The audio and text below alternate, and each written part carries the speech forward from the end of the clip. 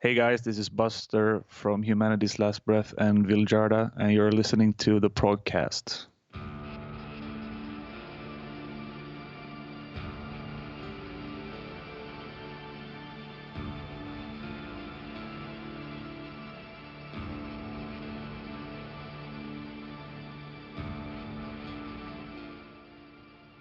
Welcome back to another episode of the Progcast.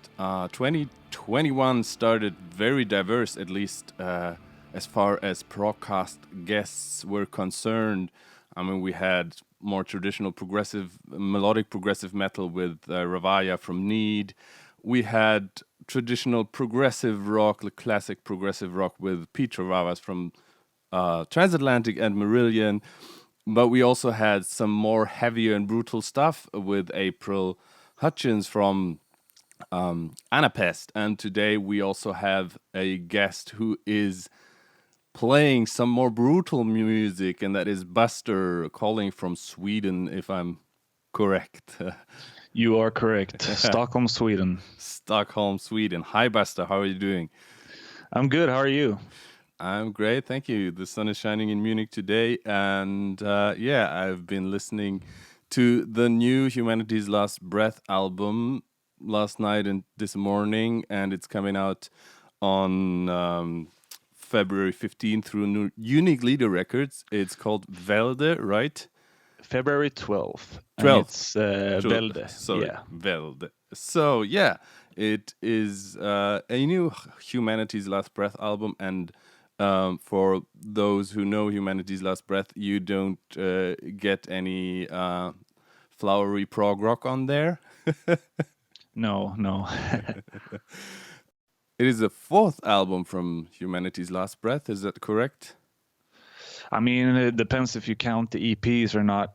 But full-length album. Yeah, full length. That's his third full length, I think, for us. Okay, I think on Spotify, Structures Collapse is also. I would call that an EP. It is listed as a full length album, I guess. That's always a little bit tricky with how albums are listed in Spotify, if they're an EP or not. But yeah, this is so. Let's say it's the third Humanity's Last Breath album. You guys have been around for quite a while. The last album, Abyssal, was in 2019, and in the meantime, last year you re-released the self-titled album, right? Yeah, and the Tester EP as well. Oh yeah, right. So you guys have been busy, and now a new full-length album. As so when you when did you write and record this album? Was it before the pandemic happened, or did you produce it last year? Yeah, it was before the pandemic. We did some final vocal recordings during the pandemic, but as far as like the writing and most of the production, that was before, in 2019. All right. Oh no, 2020. Wait. Okay, I started actually like 2018 writing it, but we finished it 2020. Yeah. All right. So was there any difference from the writing recording process from the previous releases? I mean, I do pretty much everything myself. So as far as me sitting down by my recording computer and just recording stuff, that never changed. And like the last album, Philip, the vocalist, recorded the vocals himself.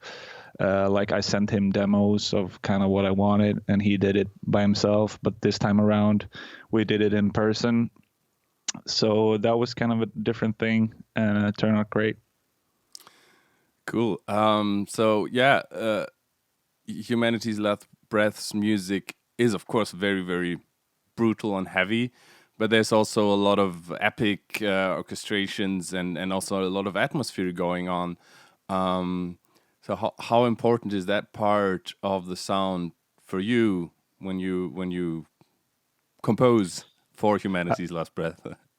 I've been analyzing kind of what I want in my own music. I mean, before it was all about like getting like the evil sounds, but I don't think that was really what I was after, even though it was effective and I thought it sounded good. But I think the main thing I'm looking for when writing music is a sense of size, like, but it can be melodic, it can be brutal, and it can be evil or whatever, but it has to be huge, like just sound. It can't really, I mean, people are describing this new album as claustrophobic, and that's fine, but as far as what I'm trying to do, it's always making stuff that sounds big. Yeah, maybe it's that juxtaposition of a like huge epic scope, but also these claustrophobic feelings, which kind of seem to be contradictory. But yeah, if you listen to the music, I think I know where both feelings could come from. I mean, like the drum sound has a lot of room sound, and room kind of plays into the size thing, because like a human ear knows what a big room sounds like, or a big space, and like the guitars are tuned low, producing lower frequencies, which also has this size that feels bigger than something that might not be as low, you know. Mm-hmm. So it all kind of adds up to make it sound big. Yeah, talking about sound now, which I think a lot of people might find it interesting. Which guitars and effects you would be your go-to tools to achieve that sound?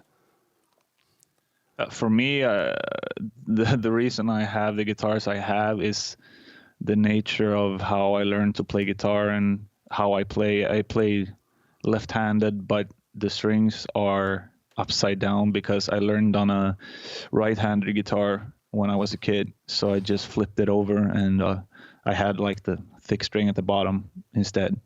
So also I wanted to like tune down an octave. So there's no like guitar I can buy in a store that can do those things.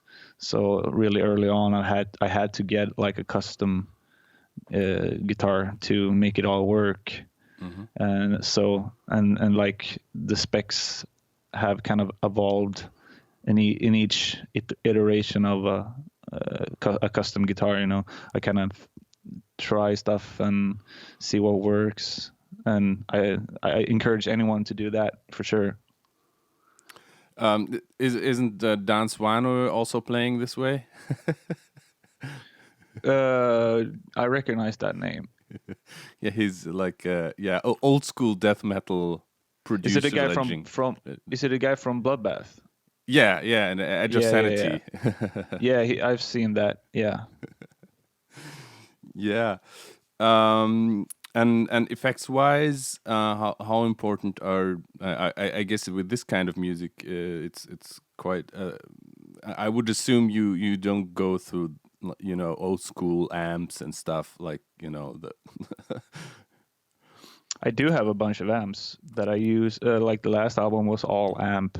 Oh right, okay, cool. So, but the new one I tracked with Neural DSP plugins, and I couldn't really get the same sound with amps. Since I've tracked through the Neural DSP stuff, I kind of tailored my playing after what that sounded like. So to use anything else than that after the fact, it just made it worse sounding. So I stuck with the plugin for this one.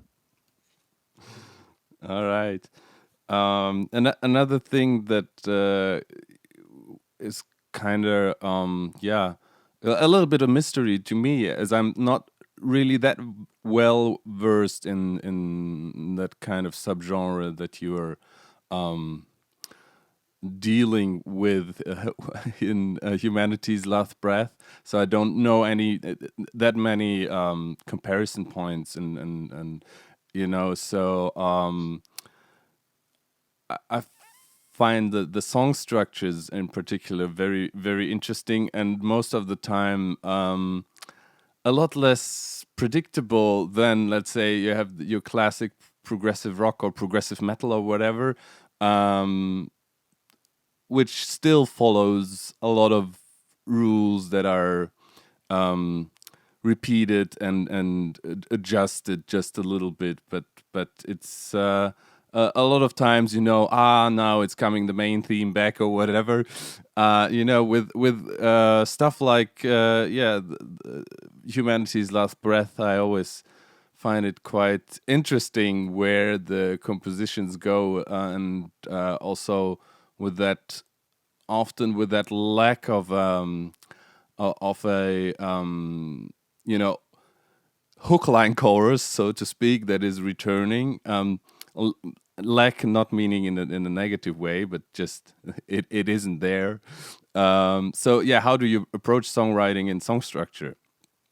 That all is very intentional, like what you're describing, because for me or for us, it's pretty boring with like a lot of music that's very predictable, and that's just not something we enjoy. That's just the way it is. As far as like heavy music goes, I mean, if we listen to Oasis or whatever, that's fine. Of course, that stuff is repeating because that's the genre. But as far as when we write heavy music, we really want it to be unexpected, and that's very much something I got from Vildhjarta before I joined them, because I was very inspired by them, and that's kind of the randomness and the way parts comes in, like catches you off guard, and when you finally kind of get the hang of it, it's way more groovy because it requires some effort from the listener. But I mean, it's fully possible for people to just interpret the music as just a bunch of riffs piled together with no thought, and I can definitely see that. Like I get it, but just know that it's very intentional for us. All right. Another thing that is quite obvious in the Humanity's Last Breath sound was, for me at least, is often a very, very slow tempo. Is there anything like, is there a tempo that you would say that is the slowest I would go? I have no idea, actually. That's kind of connected to the sense of size, having that slow tempo. I think people have a hard time grasping the tempo when there might be like fast hits and fast syncopation and stuff, but the actual tempo and the pulse of it all is supposed to be felt slower than they think. Mm-hmm. So they might be banging their heads to subdivisions or like stuff that's off, but they're not hearing the actual pulse. So that's something I've definitely seen people kind of misinterpret, but it's fine. But we definitely go for that super slow groove, and once you kind of feel that, you will kind of understand the rest of the picture. Yeah. Another thing I noticed on Välde was that quite some of the tracks are fading out at the end. I found that an interesting stylistic thing to do, and I was thinking, well, once live shows will be happening again and you will get to play these songs live, I guess you will have to come up with an ending, right? I mean, we've had tracks before that fades out, so I don't see that as an issue at all. I've seen people reacting negatively to the fade outs, and I've actually not thought about them at all. I just thought it sounded like the natural thing to do, and that might have something to do with what I've listened to as a kid or whatever. But I don't have any problems with fade outs, and we've done them live. Not like a fade out, but we just play the riff to the end and then just end. There's no problem. Cool. Another thing that's both Humanity's Last Breath and also Vildhjarta are known for is that you guys have always Swedish and English songs mixed together. So who's responsible for the lyrics in the band, and how is the decision process for which song is gonna be Swedish and which is gonna be English? So HLB or Vildhjarta has no songs in Swedish, actually.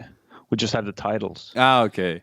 So the titles are just like for Vildhjarta is a lot of like inside jokes, but also it's like a word that has a certain, I don't know how to describe it in English, but it has a certain, we understand the word in a certain way that makes it kind of have a meaning that it doesn't have in English. So that's why we kind of want to do it in Swedish. Also, it just makes us stand out more, I say, and also it's kind of a nod to like the Norwegian black metal bands doing stuff in Norwegian. And I mean, I just think it sounds cooler. Some words just sound cooler in Swedish. So what's the story behind the album title Välde? Yeah, that's a word. Like, I wouldn't say that translates to empire, but that is what Google Translate will tell you. But the way it's used in Swedish is a bit different, even though it can mean an empire, but it also means like a oppressive force, like a I don't know. It's like a huge force that has a lot of power and influence. I'd say, like in general, not just like a empire created by some king or whatever. It can be other stuff as well. It's just like a massive influence on a lot of people or a lot of things. Wow. Yeah. Another thing about the album Välde that is, I think we should talk about is the amazing cover artwork. When I saw it, it kind of reminded me from the colors and the texture of that famous Bell Witch cover. I don't know if it's the same. Artwork. I think it's the same. I think it's the same artist. Okay. But the artist has like a bunch of paintings, and you can kind of. We didn't have the time for him to make one custom for us, so that was one that he already made a long time ago, and I just thought it resonated with the songs, and I always liked that type of style of art, so it's just something that I've always liked when other bands. There's a lot of bands using his stuff, to be fair. So, and I always loved how it looked, and I thought it matched the music. Yeah, Mariusz Lewandowski, right? Yeah. Yeah. I mean, this painting that you choose, that definitely, has that huge scope. Yeah, definitely. That was what I was looking for. That. All right, for Välde, you already released 3 singles, and I think a 3rd single will drop also before the album drops. We released the 4th single yesterday. Ah, yes, I was just checking on Spotify. I didn't see it, probably only on YouTube yesterday. YouTube. Yeah. For now. How did you go about the selection process for the singles? It was kind of mixed, like what the label wanted and what I wanted. And the 2 or 3 first. Wait, how many have we released? We have released 5 singles, I think now. Like Earthless, Tide, Vittring, and Glutton and Dehumanize. Yeah, Earthless. It was the one I missed writing down. Okay, so this is the fifth one, yeah. But yeah, it's just, I mean, I would ideally want to release like all the songs as singles, to be fair, because I'm not like writing concept albums.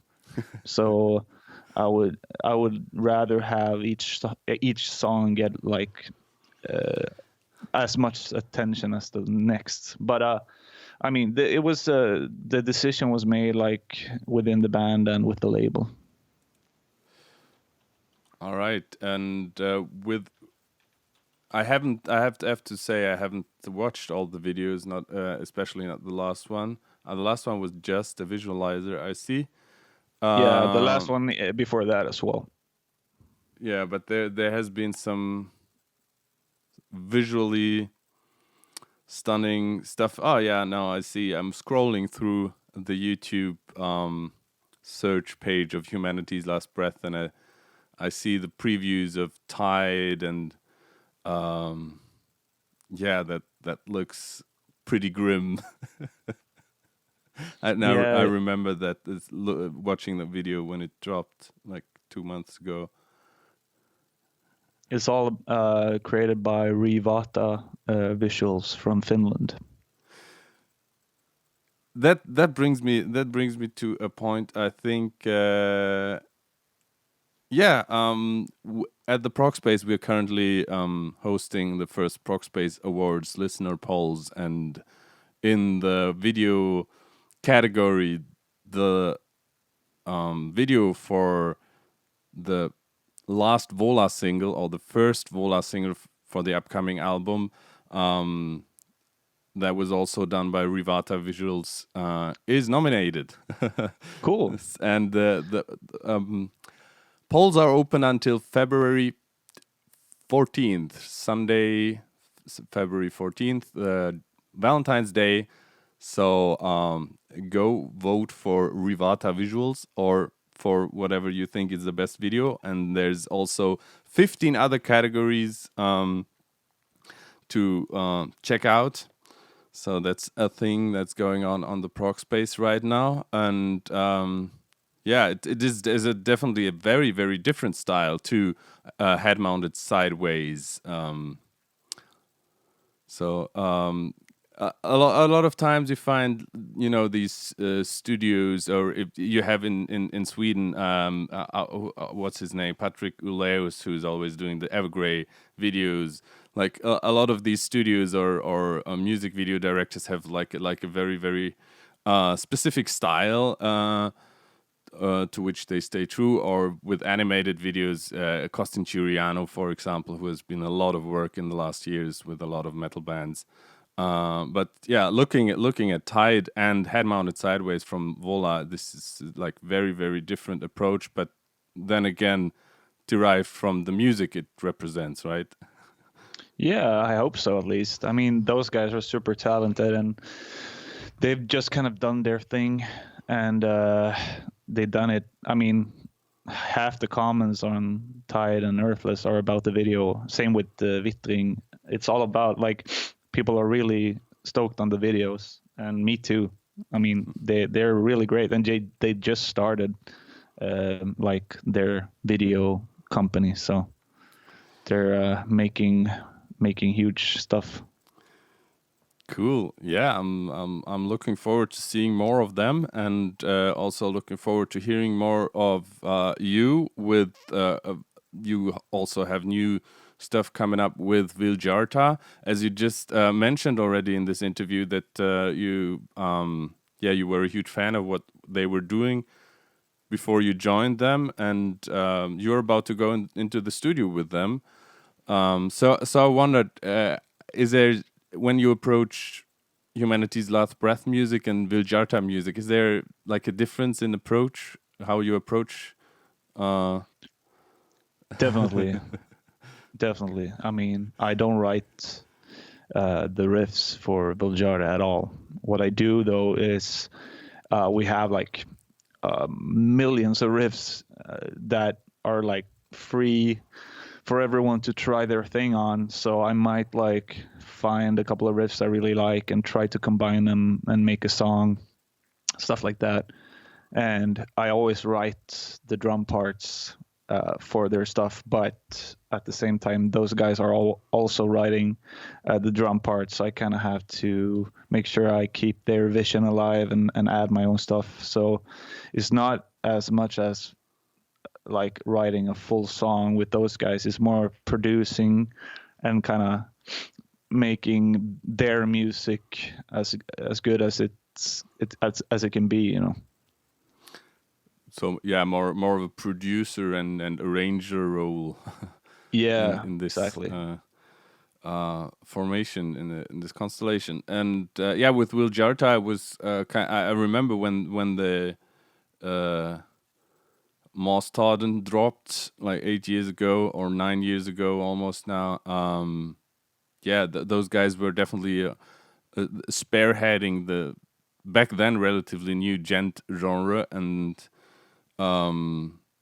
yeah, but somehow kind of disappeared after that. But now they're back, of course, and you are a part of them. And Yeah. there's also a new single already from